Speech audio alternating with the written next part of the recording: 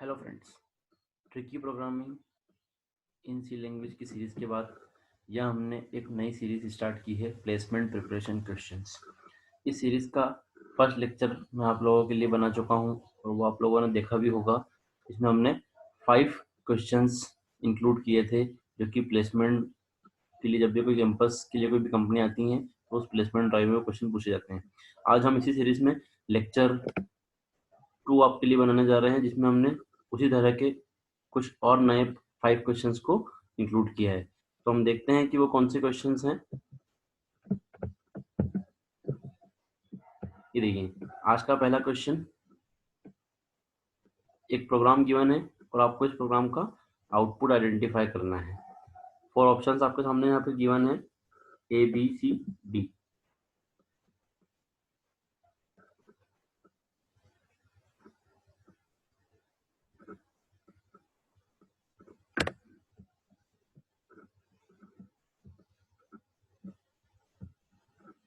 Identify कीजिए guys कि इसका आउटपुट क्या है।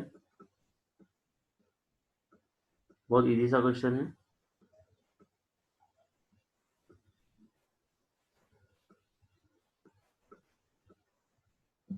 अब देखिए, होगा ये, यहाँ पर कुछ स्टूडेंट जो है वो इसका आंसर टिक करेंगे 3, बिकॉज पी की वैल्यू 2 है, तो 2 + 1 3। कुछ स्टूडेंट समझेंगे कि पी की वैल्यू वो यहाँ से लेगा मेन के बाहर से, मतलब 5, तो 5 + 1 6। 6 तो कहीं ऑप्शन में है नहीं यहाँ पर। तो गाइस, मैं आपको इस प्रोग्राम का सही आंसर आपको बताता हूँ। इस पर्टिकुलर प्रोग्राम का सही आंसर है कंपाइलेशन एरर। अब आइए देखिए, समझते हैं कि ऐसा क्यों है। एक पर्टिकुलर लाइन पे आप फोकस कीजिए सभी लोग। मेन फंक्शन के बाहर एक लाइन इंक्लूड की गई है, hash define p5।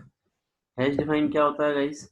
Hash define एक मैक्रो है जो कि यूज किया जाता है, किस पर्पज के लिए यूज किया जाता है? कांस्टेंट को डिफाइन करने के लिए। यहाँ पर क्या किया गया है? हैश डिफाइन का यूज करके कांस्टेंट डिफाइन किया गया है। कांस्टेंट डिफाइन किया गया मतलब ये जो लाइन है पर्टिकुलर, ये लाइन ये एक्सप्लेन कर रही है कि हमारे प्रोग्राम में जहां कहीं भी p कांस्टेंट अगर दिखता है तो उसकी वैल्यू किससे रिप्लेस हो जाए? 5 से। जब भी कभी आप अपने प्रोग्राम में कोई एक कांस्टेंट है जो कि मल्टीपल टाइम यूज हुआ है और आप चाहते हैं कि पूरे प्रोग्राम में जहां पर भी वो यूज हुआ है, whether it is 1 time, 2 time और n नंबर ऑफ टाइम्स, वो सारी जगह पे वो कांस्टेंट रिप्लेस हो जाए किसी पर्टिकुलर वैल्यू से, तो उस केस में हम इस टाइप के कॉन्सेप्ट का यूज करते हैं। यहाँ पर क्या होगा, इस लाइन का मीनिंग ये है कि p जहां पर भी हो इस पूरे प्रोग्राम में वो रिप्लेस हो जाए किससे? 5 से। तो एक तरीके से अगर देखा जाए तो आपने यहाँ पे p को क्या बनाया है? कांस्टेंट बनाया है, राइट। अब p रिप्लेस हो जाए किससे? 5 से। इसका मतलब ये है कि जहां भी p हो वो रिप्लेस हो जाए 5 से। ये हो गया p रिप्लेस 5 से। तो अब दोस्तों ये लाइन क्या बन चुकी है? इंट 5 = 2, जो कि पॉसिबल नहीं है। नेक्स्ट ये हो जाएगा 5 = 5 + 1, ये भी पॉसिबल नहीं है। तो रीजन ये नहीं है कि एरर इन लाइन के कारण आएगी कि 5 = 2 नहीं हो सकता। रीजन ये है कि यहाँ पर ये जो हमारा p है, इस p को हमने क्या बना दिया है? हैश डिफाइन का यूज करके कांस्टेंट। उसी कांस्टेंट को फिर हमने प्रोग्राम के अंदर इंट p = 2 लिख के क्या करने की कोशिश की है? क्या बनाने की कोशिश की है हमने यहाँ पे? उसको वेरिएबल। इंट p = 2 में p क्या है? वेरिएबल। तो दोस्तों, जिसको आप कांस्टेंट डिक्लेयर कर चुके हो उसको आप वेरिएबल नहीं बना सकते, ये यहाँ पर एरर आएगी। इसी रीजन से इस प्रोग्राम में एरर होगी, कंपाइलेशन एरर। आई होप ये बात आपको समझ में आई होगी। मैं आपको इसका आंसर भी दिखा देता हूँ। इसका आउटपुट है ऑप्शन डी। ऑप्शन डी हमारा क्या है? Compilation error. क्यों है ऐसा?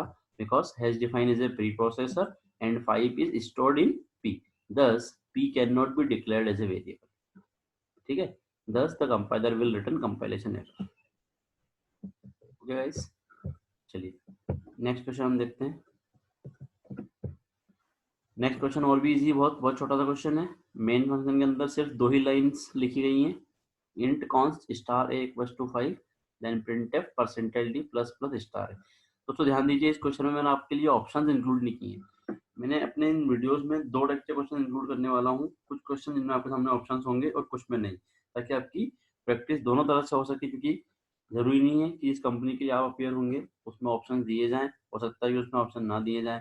या सपोज आप टोटल 10 कंपनीज के लिए अपेयर हुए, उसमें से कुछ कंपनीज के क्वेश्चन में ऑप्शंस हो और कुछ कंपनीज के क्वेश्चंस में ऑप्शन ना हो, राइट।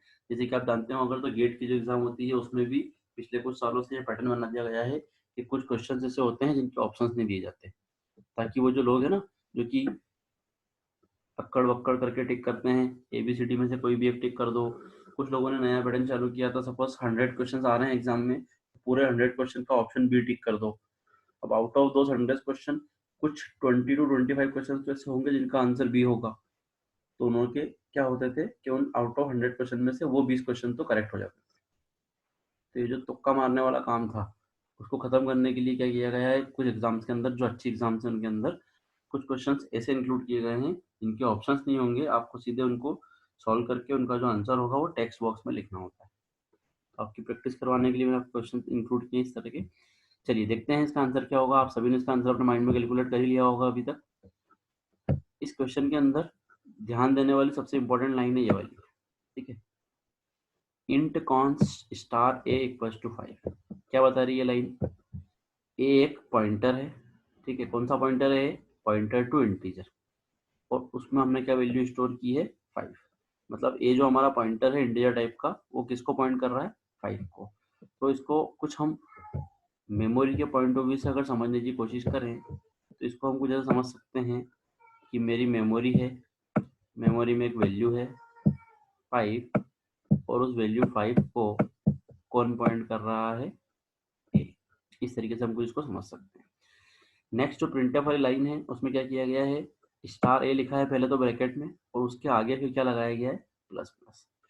स्टार क्या होता है? पॉइंटर ऑपरेटर होता है। इसको रीड करने का बेस्ट तरीका ये हो सकता है, स्टार ऑपरेटर का एक नाम और होता है वैल्यू एट। अब इसको आप रीड कीजिए पूरा, वैल्यू एट एड्रेस ए। ए एड्रेस पे जो वैल्यू है उसकी बात हो रही है। ए एड्रेस पे मतलब ए के पास जो एड्रेस है, तो ए के पास किसका एड्रेस है? 5 का। मतलब ए के पास जो एड्रेस है उस पर कौन सी वैल्यू है? 5। यहाँ पे बात किसकी हो रही है? 5 की। तो एक्चुअल में ये लाइन जो है वो क्या कहना चाह रही है? प्लस प्लस, और ब्रैकेट के अंदर जो है वो क्या होना गया? 5। ठीक है। तो यहाँ पर क्या होगा कि स्टूडेंट को लगेगा कि 5 जो वैल्यू है उसको 1 से बढ़ाया गया है, तो इंक्रीमेंट होकर 5 कितना हो जाएगा? 6 हो जाएगा। तो जो है स्टूडेंट क्या करेंगे कि जो भी ऑप्शंस अगर गिवन होंगे तो उसमें 6 पर टिक करेंगे, या ऑप्शन नहीं भी गिवन होंगे तो टेक्स्ट बॉक्स में स्टूडेंट क्या आंसर लिखेंगे इसका? 6, जो कि गलत होगा। अब आइए समझते हैं कि करेक्ट आंसर क्या होगा। इस प्रोग्राम का करेक्ट आंसर होगा एरर। यस, इसके प्रीवियस प्रोग्राम का करेक्ट आंसर भी एरर था, इस प्रोग्राम का करेक्ट आंसर भी एरर होगा। समझिए ध्यान से कि ऐसा क्यों होगा। ऐसा इसलिए होगा बिकॉज आप ध्यान दीजिए, ये जो हमने पॉइंटर बनाया है इसके पहले एक वर्ड लिखा हुआ है, कीवर्ड लिखा हुआ है कॉन्स्ट। कॉन्स्ट कीवर्ड का यूज किया जाता है किसी भी पर्टिकुलर वेरिएबल को कांस्टेंट, किसी भी वेरिएबल या पॉइंटर को कांस्टेंट बनाने के लिए यूज किया जाता है, राइट। तो यहाँ पर जो है ये कॉन्स्ट लिखा गया है, इसका मतलब ये है कि जो वैल्यू है 5, इस वैल्यू 5 को क्या कर दिया गया है? कांस्टेंट बना दिया गया है। और अभी मैंने आपको थोड़ी देर पहले बताया कि कांस्टेंट को चेंज नहीं किया जा सकता। आपको अपने माइंड में ये बात बिठाना होगी, कांस्टेंट को हम मॉडिफाई नहीं कर सकते, बिकॉज कांस्टेंट का तो मतलब ही क्या होता है? फिक्स। हम कांस्टेंट किसको कहते हैं? जो चीजें फिक्स होने हम कांस्टेंट कहते हैं। तो ये जो वैल्यू है 5, ये अगर कांस्टेंट है तो फिर हम उसको मॉडिफाई नहीं कर सकते। और प्रिंटफ में प्लस प्लस जो हमारा होता है इंक्रीमेंट ऑपरेटर, जिससे हम वैल्यू को 1 से इंक्रीज करते हैं, तो यहाँ पर कांस्टेंट को मॉडिफाई करने की कोशिश की गई है जो कि पॉसिबल नहीं है। तो इस रीजन से यहाँ पर इस प्रोग्राम में क्या होगा? एरर आएगी। ठीक है, क्लियर है। मैं आपको करेक्ट आंसर भी दिखा देता हूँ। कंपाइलर एरर है। क्या एरर है? Can not modify a constant value. Explanation भी एक बार हम रीड कर लेते हैं। ए इज ए पॉइंटर टू है कांस्टेंट इंटीजर। ये क्या है? पॉइंटर है, किसको पॉइंट कर रहा है? एक कांस्टेंट इंटीजर को, मतलब 5 जो है वो फिक्स किया गया है। But we try to change the value of the constant integer, लेकिन हमने कांस्टेंट इंटीजर की वैल्यू को चेंज करने की कोशिश की जो कि पॉसिबल नहीं है। चलिए अगला क्वेश्चन देखते हैं। नेक्स्ट क्वेश्चन है, इस प्रोग्राम में ध्यान दीजिए आप, ए और बी दो वेरिएबल है, उनकी कुछ वैल्यूज हैं। सी और डी भी कुछ हमारे एक्स्ट्रा वेरिएबल्स हैं। सी और डी के अंदर कुछ कैलकुलेशन परफॉर्म की गई है, और देन उसके बाद फिर COD की वैल्यू प्रिंट की गई। ये बहुत ही ईजी सा क्वेश्चन है, दो बहुत ही simple modulus and divide calculation perform की गई है CND के अंदर, और उसके बाद COD की वैल्यू प्रिंट की गई है। बहुत ही ईजी सा क्वेश्चन है। तो देखते हैं हम कि कोई भी स्टूडेंट अगर होगा तो उसकी अप्रोच क्या होगी। उसकी अप्रोच ये होगी कि A मॉड्यूलस B मतलब 13 मॉड्यूलस 4। अब सबसे पहले तो ये जरूरी है इस क्वेश्चन को सॉल्व करने के लिए आपको मॉड्यूलस ऑपरेटर को सॉल्व करते आना चाहिए। मतलब आपको पता होना चाहिए कि अगर मैं 13 मॉड्यूलस 4 लिखूंगा तो इसका आंसर क्या होगा। कब बता पाएंगे हम ये, जब हमें ये पता होगा कि एक्चुअल में मॉड्यूलस ऑपरेटर करता क्या है। तो मैं आपको बता दूं कि मॉड्यूलस ऑपरेटर क्या करता है, हमें रिमाइंडर देता है। दो वैल्यूज दी जाएंगी आपको उसको डिवाइड करना होगा और जो रिमाइंडर आएगा वो हमारा आंसर होगा। तो 13 को अगर मैं 4 से डिवाइड करता हूँ तो 4 1 4, देन 4 2 8, 4 3 12। इससे ज्यादा डिवाइड जाएगा नहीं। तो 4 3 12, लेकिन नंबर क्या है 13, तो रिमाइंडर कितना बचा यहाँ पे, रिमाइंडर 1 बचा। तो सी के अंदर जो वैल्यू जाएगी वो कितनी जाएगी 1। सी वेरिएबल का टाइप क्या है, इंटीजर, तो इसलिए क्या हो जाएगा 1। सेकंड जो है नीचे वाला वो है A डिवाइड बाय B, कितना है 13 डिवाइड बाय 4। अब 13 डिवाइड बाय 4 अगर हम करेंगे तो कितना हो जाएगा 3.25। वो 3.25 किस में जाएगा, D के अंदर। कितना आया 3.25। तो पहले वाले का आंसर कितना आया 1, दूसरे वाले का 3.25। कौन सा ऑप्शन में है, ऑप्शन ए 1 एंड 3.5। तो स्टूडेंट जो होंगे वो क्या करेंगे, ऑप्शन जो ए होगा उसको टिक करेंगे, 1 एंड 3.5, और आगे बढ़ जाएंगे। और फिर एक्सपेक्ट करेंगे जब कंपनी का रिजल्ट आएगा तो हमारा सिलेक्शन होगा, लेकिन उस लिस्ट में उनका नाम नहीं होगा, बिकॉज उन्हें लग रहा है कि क्वेश्चन उन्होंने सही किया है बट ये क्वेश्चन गलत किया है। देखते हैं क्या गलती की है। फर्स्ट वाला जो स्टेटमेंट है वो तो उन्होंने बिल्कुल करेक्ट किया है, बिकॉज उन्हें अगर पता है कि मॉड्यूलस ऑपरेटर क्या करता है, रिमाइंडर निकालता है। रिमाइंडर कितना आ रहा है यहाँ पे 13 को 4 से डिवाइड करने के बाद 1 आ रहा है। लेकिन जो सेकंड वाला ऑपरेशन है वहां पर उन लोगों ने गलती कर दी स्टूडेंट ने। ध्यान से देखिए आप, डिवाइड किसके बीच में परफॉर्म किया गया है, 13 और 4 के बीच में। 13 क्या है, एक इंटीजर वैल्यू, 4 क्या है, एक इंटीजर वैल्यू। एक कॉन्सेप्ट मैं आपको बहुत इंपॉर्टेंट बताने जा रहा हूँ। जब मैंने अपने पिछले लेक्चर में भी बताया था कि जब भी कभी कोई दो इंटीजर वैल्यू के बीच में कोई ऑपरेशन परफॉर्म करवाया जाता है तो आंसर भी क्या होता है, इंटीजर। तो 13 डिवाइड बाय 4 जब हम करेंगे तो 3.25 उसका आंसर नहीं हो सकता। उसका आंसर जो होगा वो सिर्फ कितना होगा, 3। दो इंटीजर वैल्यू के बीच में अगर आप कोई भी ऑपरेशन परफॉर्म करवाओगे तो आंसर सिर्फ क्या होता है, इंटीजर। तो इसलिए 3.25 में से 0.25 हट जाएगा, आंसर सिर्फ क्या होगा 3। अब ये 3 जो है वो किस में जाके स्टोर होने वाला है, डी में। डी हमारा किस टाइप का वेरिएबल है, फ्लोट, जो कि पॉइंट वाली वैल्यू लेता है। तो क्या हमारी 3 जो हमारी वैल्यू है पॉइंट वाली वैल्यू है, नहीं। तो उस केस में क्या होगा, ये 3 पहले फ्लोट में कन्वर्ट होगा, उसके बाद जाके ये डी में स्टोर होगा। अब चूंकि डी तो इंटीजर वैल्यू है, इसको फ्लोट में कैसे कन्वर्ट करेंगे, पॉइंट के बाद 0 लगा के। क्लियर है सभी को। तो डी में क्या स्टोर हुआ 3.0 और सी में क्या स्टोर हुआ 1। तो हम देखते हैं क्या हमारा कोई ऑप्शन है ऐसा। यस, हमारा ऑप्शन डी जो है वो है 1 एंड 3.0। एक चीज यहाँ पे ध्यान देना आप कि 3 के साथ पॉइंट लगा के जो 0 लिखे गए वो कितने 0 है, 6। बाय डिफॉल्ट जो हमारा परसेंटाइल एफ का यूज करके जो आप फ्लोट वैल्यू प्रिंट करते हो तो ये डेसिमल पॉइंट के बाद कितने डिजिट प्रिंट करता है, 6। तो इसी रीजन से सिर्फ 3.0 नहीं होगा, 3 पॉइंट के बाद 6 जीरो होंगे। तो इसका करेक्ट आंसर जो होगा वो डी होगा, ना कि ए होगा। आई होप क्वेश्चन आपको समझ में आया होगा। ये आगे बढ़ते हैं, हम देख लेते हैं इसका करेक्ट आंसर क्या है। इसका करेक्ट आंसर बिल्कुल सही है, डी है 1 एंड 3.0। एक्सप्लेनेशन में मैंने आपको वही लिखा गया है जो मैंने अभी आपके सामने एक्सप्लेन किया है। आप चाहें तो वीडियो को पॉज करके इस एक्सप्लेनेशन को रीड कर सकते हैं। अगला क्वेश्चन हम देखते हैं, ध्यान से देखिए। एक वेरिएबल है p, इसकी वैल्यू 4 है। प्रिंटफ में p माइनस माइनस को प्रिंट किया गया है। देन इफ यूज किया गया है, इफ के अंदर p लिखा गया है और देन फिर मेन को कॉल किया गया है। मैं आपको टाइम देता हूँ यहाँ पे कुछ 10-15 सेकंड का, आप इसका आउटपुट कैलकुलेट कीजिए। यहाँ पर भी मैंने आपके सामने ऑप्शन इंक्लूड नहीं किए हैं एबीसीडी।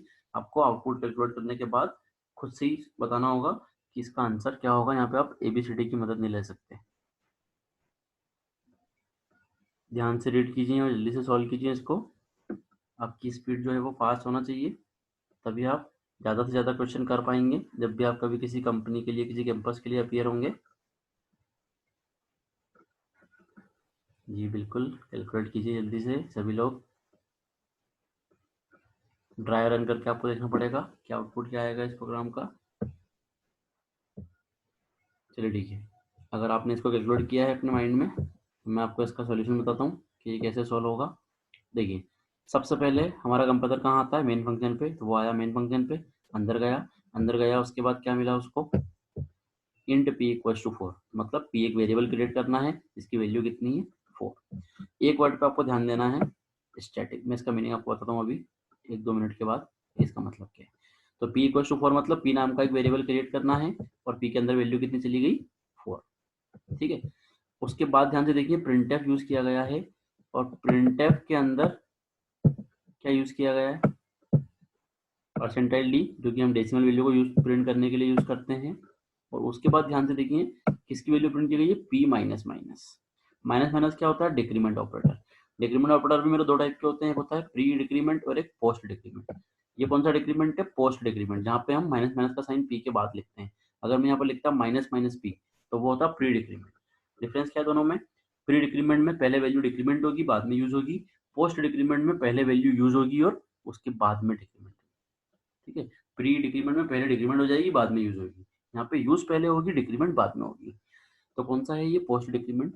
तो पहले पी की वैल्यू यूज हो जाएगी, पी की वैल्यू किस पर्पज से यूज की गई है यहाँ पे, प्रिंटफ में प्रिंट करने के लिए। तो यूज हो जाएगी से मेरा मतलब ये है कि पहले पी की वैल्यू प्रिंट हो जाएगी, पी की वैल्यू कितनी प्रिंट होगी 4। उसके बाद फिर प्रिंट करने के जस्ट बाद पी की वैल्यू डिक्रीज होकर कितनी हो जाएगी 3। अब वो 3 किसके पास गया, इफ के पास, क्योंकि इफ में मैंने कंडीशन की जगह पे क्या लिखा हुआ है, कोई कंडीशन नहीं लिखी है, सिर्फ क्या लिख दिया है, पी लिख दिया है। तो यहाँ पे इफ के अंदर जो p लिखा गया है उस p के अंदर क्या जाके क्या आ जाएगा 3, क्योंकि वैल्यू 4 से डिक्रीज हो जाए कितनी हो चुकी है 3। अब मैंने आपको कल बताया था कि प्रोग्रामिंग में 0 मतलब फॉल्स होता है, इसके अलावा हर वैल्यू क्या होती है, ट्रू होती है, चाहे वो नेगेटिव वैल्यू हो या पॉजिटिव वैल्यू हो। तो 3 यहाँ पे क्या ट्रीट करेगा कंपाइलर, ट्रू। तो इफ के अंदर जब भी कोई ट्रू वैल्यू होती है तो इफ के जस्ट बाद वाली जो लाइन होती है वो एग्जीक्यूट होती है। लास्ट वाली लाइन पे ध्यान दीजिए, इफ के अंदर जो लाइन लिखी गई है वो है मेन। मेन फंक्शन को कॉल किया गया है, ये तरीका क्या होता है हमारा, किसी भी फंक्शन को कॉल करने का तरीका होता है। यहाँ पे हमने क्या किया है, मेन को कॉल किया है। मेन फंक्शन हमारा है, मेन फंक्शन के अंदर हमने मेन को कॉल किया है। जब भी किसी फंक्शन के अंदर उसी फंक्शन को वापस से कॉल किया जाता है तो कॉन्सेप्ट हमारा क्या कहलाता है, recursion. whenever a function call itself, जब भी कोई फंक्शन अपने ही आपको कॉल करता है तो कॉन्सेप्ट को हम बोलते हैं रिकर्जन, ठीक है। तो जैसे ही मेन को कॉल किया गया है, जब भी किसी फंक्शन को कॉल किया जाता है तो कंपाइलर क्या करता है, उस फंक्शन की डेफिनेशन पे जाता है और डेफिनेशन के अंदर जो भी कुछ भी लिखा हुआ है उसको एग्जीक्यूट करता है। यहाँ पे ये जो पूरा पोर्शन है जो कि मैंने मेन के अंदर लिखी है 3 to 4 लाइन जो लिखी हुई है हमारी, ये पूरा क्या है, ये पूरी मेन की क्या है डेफिनेशन। यहाँ पे क्या किया हमने, मेन को ही दोबारा कॉल कर दिया, मतलब पूरा मेन फंक्शन फिर से एग्जीक्यूट होगा। जैसे कंपाइलर को मिला मेन का कॉल तो वो कहाँ जाएगा, फंक्शन की स्टार्टिंग में यहाँ पे, और फिर से मेन को एग्जीक्यूट करेगा। मेन को एग्जीक्यूट करेगा, अंदर आएगा। अब अंदर वो आएगा तो क्या लिखा हुआ है, static int p equals to 4। तो यहाँ पर कुछ लोग क्या समझ लेंगे कि p की वैल्यू फिर से कितनी हो जाएगी 4, और फिर से यहाँ पे 4 प्रिंट हो जाएगा और फिर बाद में वो 3 हो जाएगा। तो कुछ लोग क्या करेंगे, इसकी वैल्यू बता देंगे कि बार बार 4 आएगा और ये प्रोसेस चलती रहेगी, कभी रुकेगी नहीं इनफाइनाइट टाइम्स, ठीक है। लेकिन ऐसा नहीं होगा, क्यों नहीं होगा, बिकॉज ये जो इंट p इक्वल्स टू 4 है इसके आगे क्या लिखा हुआ है, स्टैटिक। अब स्टैटिक का मीनिंग समझिए, अगर किसी वेरिएबल को स्टैटिक बनाया गया है तो उसका इनिशियलाइजेशन जो होता है, इनिशियलाइजेशन मतलब जब उस वेरिएबल को फर्स्ट वैल्यू दी जाती है, इनिशियल वैल्यू, वो बार बार नहीं होता, सिर्फ एक ही बार होता है। मतलब आप एक बार जब मेन को कॉल कर चुके हैं उसके बाद आप जितनी भी बार मेन को कॉल करेंगे तो ये वाली जो लाइन है, कौन सी लाइन, फर्स्ट वाली लाइन, ये बार बार एग्जीक्यूट नहीं होगी, इसके बाद की जो लाइन है वो बार बार एग्जीक्यूट। अब अगर ये लाइन एग्जीक्यूट नहीं होगी तो फिर पी की वैल्यू क्या होगी, तो पी की वैल्यू वो होगी जो कि जब आपने मेन को कॉल किया था प्रीवियसली, तो जब मेन खत्म हुआ तब जो पी की लास्ट वैल्यू थी वही वैल्यू अगले मेन के कॉल में यूज होगी। तो पी की लास्ट वैल्यू कितनी थी 3, तो यही वैल्यू जब मेन को दोबारा कॉल किया जाएगा तब यूज होगी। तो अगली वैल्यू पी की कितनी है 3, प्रिंटफ से क्या होगा 3 प्रिंट होगा और उसके बाद फिर वैल्यू पी की डिक्रीज होकर कितनी हो जाएगी 2 हो जाएगी, तो ये कितना हो जाएगा 3। अगली बार जब मेन को कॉल जाएगा तो कौन सी वैल्यू यूज होगी, प्रीवियस वैल्यू मतलब 3, सॉरी मतलब 2, जो कि डिक्रीज होकर 2 हो चुकी है। तो अगली वैल्यू कौन सी प्रिंट होगी 2 और फिर डिक्रीज होकर कितनी हो जाएगी 1। 1 भी ट्रू है तो फिर से मेन को कॉल जाएगा और वैल्यू क्या यूज होगी 1, तो क्या प्रिंट होगी अगली वैल्यू 1 प्रिंट होगी। 1 प्रिंट करने के बाद वो डिक्रीमेंट हो जाएगी कितनी हो जाएगी 0। इफ के अंदर जैसे 0 आया, मैंने आपको बताया 0 का मतलब क्या होता है, फॉल्स। तो जैसे इफ के अंदर 0 आया मतलब फॉल्स, मतलब वो मेन को दोबारा कॉल नहीं करेगा, तो यहाँ पे हमारी प्रोसेस रुक जाएगी। तो फाइनली हमने क्या क्या प्रिंट किया, 4 प्रिंट किया, 3 किया, 2 किया, 1 किया। तो इसका आंसर होगा 4 3 2 1, राइट। देखते हैं क्या इसका आंसर 4321 है। यस, 4321। एक्सप्लेनेशन आप रीड कर सकते हैं, वही बात जो मैंने आपको बताई लिखी गई है। ठीक है, तो आई होप आपको ये क्वेश्चन समझ में आया होगा। इसका करेक्ट आंसर है 4321। नेक्स्ट हम देखते हैं अगला क्वेश्चन, जो कि हमारा आज के इस वीडियो का लास्ट क्वेश्चन है। पी क्यू आर मेरे 3 वेरिएबल हैं। इफ के अंदर मैंने एक कंडीशन लिखी है और ये बताया है कि प्रिंटफ में ट्रू है और एल्स में प्रिंटफ में फॉल्स है। यहाँ पे आपको सिर्फ इतना बताना है कि ट्रू प्रिंट होगा या फॉल्स प्रिंट होगा। 4 ऑप्शन आपको सामने दिए गए हैं। हाँ, आपका आंसर ये भी हो सकता है ऑप्शन सी कि क्या कोई सिंटेक्स एरर यूज की गई है यहाँ पर, मतलब हो सकता है कि मे बी पॉसिबल कि ऐसा कुछ ना कर सकते हो, क्योंकि हमने आज तक कैसा सीखा है, ए ग्रेटर देन बी या ए लेस देन बी। ये कुछ अजीब सा है, R greater than Q greater than P. 3 variable हमने कभी भी एक साथ नहीं लिखे, तो मे बी इसका करेक्ट आंसर जो है वो क्या हो सकता है, सिंटैक्स एरर हो सकता है या फिर कंपाइलेशन एरर हो सकता है। तो आप लोगों को बताना है इसका करेक्ट आंसर क्या है। तो मैं आपको टाइम देता हूँ सोचने के लिए, आप सोचिए कि इसका करेक्ट आंसर क्या होगा। देन फिर मैं आपको एक्सप्लेन करता हूँ कि इसका सही आंसर क्या होगा। हो सकता है कि आप जो आंसर कैलकुलेट करें और मेरा जो करेक्ट आंसर है वो दोनों मैच हो जाए। ध्यान से एग्जीक्यूट कीजिए इसको, ट्राई रन करके देखिए आप।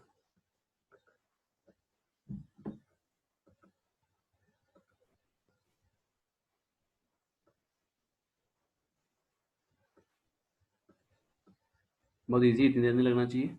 चलिए ठीक है, आपने जो भी आंसर कैलकुलेट किया है मैं आपको बताता हूँ इसका करेक्ट आंसर क्या होगा। देखिए ध्यान से, इफ के अंदर हमारा कंपाइलर आएगा, सबसे पहले तो वो पी क्यू आर को एग्जीक्यूट करेगा, 3 वेरिएबल मेमोरी में क्रिएट कर देगा और तीनों को अपनी अपनी वैल्यू असाइन कर देगा। अब देखिए ध्यान से, इफ के अंदर कंडीशन लिखी हुई है R greater than Q. R की वैल्यू कितनी है हमारे पास 21। 21 ग्रेटर देन क्यू, क्यू कितना है हमारे पास 12। Q greater than P, P की वैल्यू कितनी है 6। तो एक्चुअल में तीनों वेरिएबल की वैल्यू पुट अप कर देंगे तो फाइनल कंडीशन क्या बन रही है, if 21 greater then 12 greater than 6। अब देखो देखने में क्या लग रहा है, क्या 21 बड़ा है 12 से, यस। क्या 12 बड़ा है 6 से, यस। तो हमको क्या लगेगा कि ओवरऑल कंक्लूजन क्या है, all are true. All are true मतलब इफ वाला पार्ट एग्जीक्यूट होगा। तो आप इसका आंसर क्या टिक करोगे, ऑप्शन ए, जो कि क्या है ट्रू। तो बच्चे क्या करेंगे, इसका ऑप्शन टिक ट्रू। लेकिन ये आंसर गलत है। आइए देखते हैं क्यों। देखिए, इफ के अंदर कितने ऑपरेटर यूज किए गए, 2। क्या दोनों एक साथ एग्जीक्यूट हो जाएंगे, नहीं। 2 ऑपरेटर कभी भी एक साथ एग्जीक्यूट नहीं होते, 1 बाय 1 होते हैं। अब 1 बाय 1 होते हैं तो पहले कौन सॉल्व होगा। जब भी कभी 2 ऑपरेटर होते हैं तो पहले कौन सॉल्व होगा, ये देखने के लिए सबसे पहले क्या करते हैं हम, प्रेसिडेंस देखते हैं। जिसका प्रेसिडेंस ज्यादा होता है वो ऑपरेटर पहले एग्जीक्यूट होता है, मतलब इसकी प्रायोरिटी। प्रेसिडेंस का मतलब, मेरा कहने का मतलब है यहाँ पर प्रायोरिटी। इसकी एक पूरी टेबल है जिससे आप देख सकते हैं कि किस ऑपरेटर का प्रेसिडेंस ज्यादा है किसका कम है। अब चूंकि यहाँ पर तो दोनों ऑपरेटर सेम है, तो ऐसा तो हो नहीं सकता कि इसका ज्यादा हो इसका कम, तो दोनों का क्या होगा, सेम ही होगा। अब जब दोनों का सेम है तो फिर ये लड़ाई है कि पहले किसको सोल्व करें, 21 ग्रेटर देन 12 को या फिर 12 ग्रेटर देन 6 को। तो जब भी कभी 2 ऑपरेटर होते हैं और हम नहीं डिसाइड कर पाते कि किसको पहले सॉल्व करना है, तो उस समय फिर एक नया कॉन्सेप्ट इंक्लूड होता है। उस कॉन्सेप्ट को कहा जाता है एसोसिएटिविटी। क्या बोला जाता है, एसोसिएटिविटी, क्योंकि ये डिसाइड करती है कि लेफ्ट वाला पहले सॉल्व होगा या राइट वाला। तो यहाँ पर जो हमारा ऑपरेटर है ग्रेटर देन ऑपरेटर, इसकी एसोसिएटिविटी जो होती है वो क्या होती है, लेफ्ट टू राइट। मतलब हम लेफ्ट साइड से पहले सॉल्व करेंगे। तो लेफ्ट से अगर हम पहले सॉल्व करेंगे तो सबसे पहले हमें क्या मिल रहा है, 21 ग्रेटर देन 12। एक बात ध्यान रखिए कि जब भी कोई कंडीशन चेक की जाती है तो 2 पॉसिबिलिटी होती है, या तो कंडीशन ट्रू होगी या फॉल्स। तो कंपाइलर 2 ही जवाब दे सकता है चेक करने के बाद, ट्रू या फॉल्स। उसने चेक किया क्या 21 इज ग्रेटर देन 12 है, यस। 21 बड़ा होता है 12 से, मतलब ये क्या है, ट्रू। तो ये अगर ट्रू है इसका मतलब क्या होता है, मैं आपको बताया ना कि प्रोग्रामिंग में 0 फॉल्स होता है, बाकी सब चीजें ट्रू होती है। तो ऐसा नहीं कि 0 के अलावा वो मन से कोई भी रैंडम वैल्यू यहाँ पे पुट कर देगा as a true. By default compiler true के केस पे किसको लेता है, 1 को, और फॉल्स के केस पे 0 को। तो उसने जब चेक किया कि 21 ग्रेटर देन 12 और ये ट्रू है, इसका मतलब कंपाइलर ने हमें जवाब क्या दिया, 1। 1 मतलब ट्रू। अब ध्यान से देखिए कि जब इसको सॉल्व करने पे अगर आंसर 1 आया है तो 1 उसके बाद क्या लिखा हुआ है, ग्रेटर देन 6।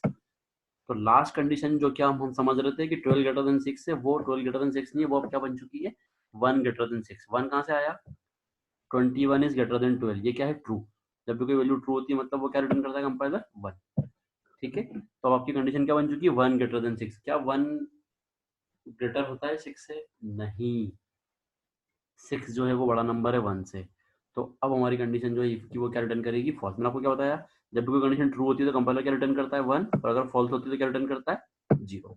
तो एट द एंड उसने क्या रिटर्न किया 0। तो इफ में क्या आ चुका है यहाँ पे फाइनली पूरी कंडीशन की जगह पे 0, और 0 का मतलब जो होता है वो क्या होता है प्रोग्रामिंग के अंदर फॉल्स। क्लियर है आपको ये? तो इफ की कंडीशन जो है वो क्या हो जाएगी फॉल्स, तो इसीलिए एल्स वाला पार्ट एग्जीक्यूट होगा, और एल्स में क्या लिखा हुआ है फॉल्स, तो इसीलिए इसका आंसर जो होगा वो क्या होगा फॉल्स। क्लियर है सभी को? हम चेक करते हैं इसका करेक्ट आंसर क्या है। इसका करेक्ट आंसर है फॉल्स। एक्सप्लेनेशन आप रीड कर सकते हैं पॉज करके, ताकि आपको एक बार और क्लियर हो जाए। वही लिखा है मैंने यहाँ पर जो मैंने भी आपके सामने एक्सप्लेन किया है। आई होप आज के सारे क्वेश्चंस आपको समझ में आए होंगे। इसके अलावा भी अगर आपको कुछ डाउट है या आप किसी पर्टिकुलर और किसी दूसरे टॉपिक पे आप वीडियोस चाहते हैं तो आप मुझे कांटेक्ट कर सकते हैं। My self Sumit Jain, contact number is 9827657501, या फिर आप मुझे ईमेल भी कर सकते हैं sumitjain130787@gmail.com पे। आई होप आपको आज का क्वेश्चंस समझ में आए होंगे। Thank you so much for listening this video. हम इसी सीरीज में आपके आगे और भी लेक्चर्स बनाते रहेंगे।